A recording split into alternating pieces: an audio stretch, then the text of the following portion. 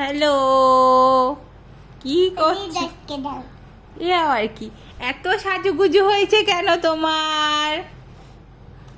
বলো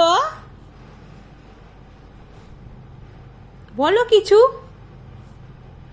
এত সাজুগুজু করেছো, লিপস্টিক পরেছো, নতুন জামা পরেছো কেন? সবাইকে বলে দাও।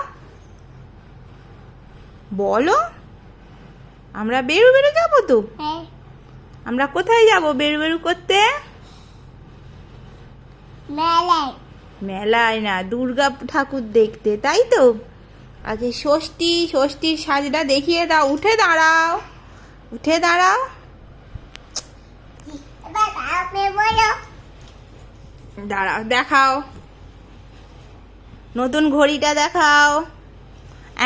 ঘড়ি কোথায়? একটু একটু একটু স্কার্টটা ভালো করে দেখিয়ে দাও। এই দেখো।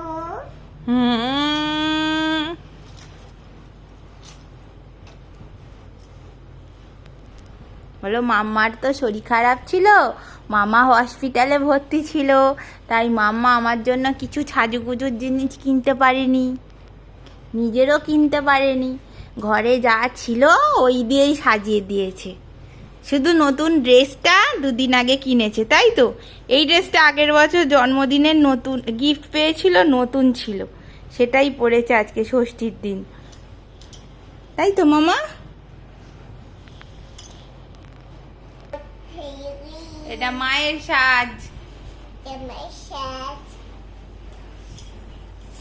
দেখি, মায়ের আইব্রো হয়নি, কিচ্ছু হয়নি।